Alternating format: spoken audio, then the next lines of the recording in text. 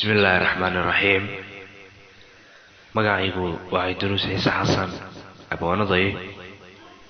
waxaan maanta halkan ku duubayaa gabay aan ugu jawaabayo Farxaan Karaxsi oo ka soo jawaabay silsiladii Gayaan. gabayguna wuxuu dhigan yahay sida tan: gabayga guurowgayo tirinta geerarka ma gurfayninoo anigii gooyay waayadane ma gelshaynin maansooyinkii gananaan jiraye gebigeed murtida aniga oon gelinin maankayga waa tii wargeedama hayaa goor xuni yimiye anoon hadalka gool aftaniyo goodi uga jeedin anoon talada gowrgowdhinoon geesna uga weecan anoon gaarna ruuxu durayn gocasha waa ceebe markaan goo yidhaadaba rag baa gowga jiibsadae maantana inaan goodiyaa way gudboon tahaye oo gabay inaan soo diraa way golmoon tahay. Farxaan gabaygii aad soo dirtaa galabta i yimiye dabaylaha gayiga meelay iyo gowdhaha sidaye goboodii markaan baadhayeen gees walba u egay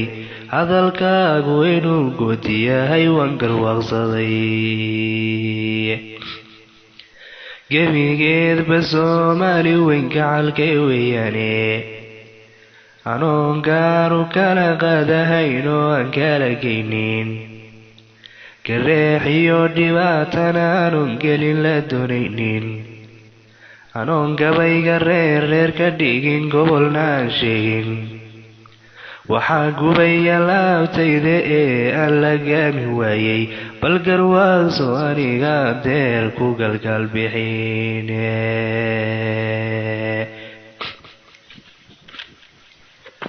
wargabadhan doonani hadday diiday goorigooda kayaankii kaleetaba haddii ay ku gacan saydhay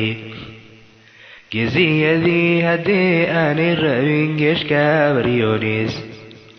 carabkii goobtaha hadday gelin la joogaynin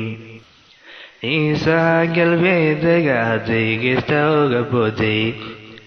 sacad muuse geygay degaanaanay galahaynin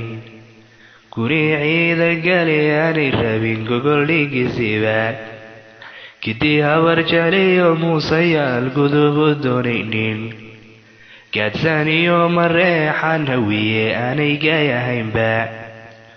gurigii dhulbaantana hadday fooda gaalinaynin guda biirsingood iyo bartire gees isugu turtay gari koombe iyo awrtablana guurka fiilanaynin good iyo majeerteen hadday xoortay gaabigoodba gobonnimo isaaqba walle laguba gaadhayne garxaajisba haddii ay gabadhu guri u joogaynin oy tidhi dhammaani magayaan gebi aantoodba maan garan waxay goobaysee galay ogaadeene midna waa halgooni haddaan gabayowgu sheego oon gobooda ku taabto oon gun iyo barqeexo inkastuu gabbaan maahay garasha dheeraaba gugaaguna ka weyn yahay farxaan weli garadkaga madgaran ujeedadu halkay karusi tahay.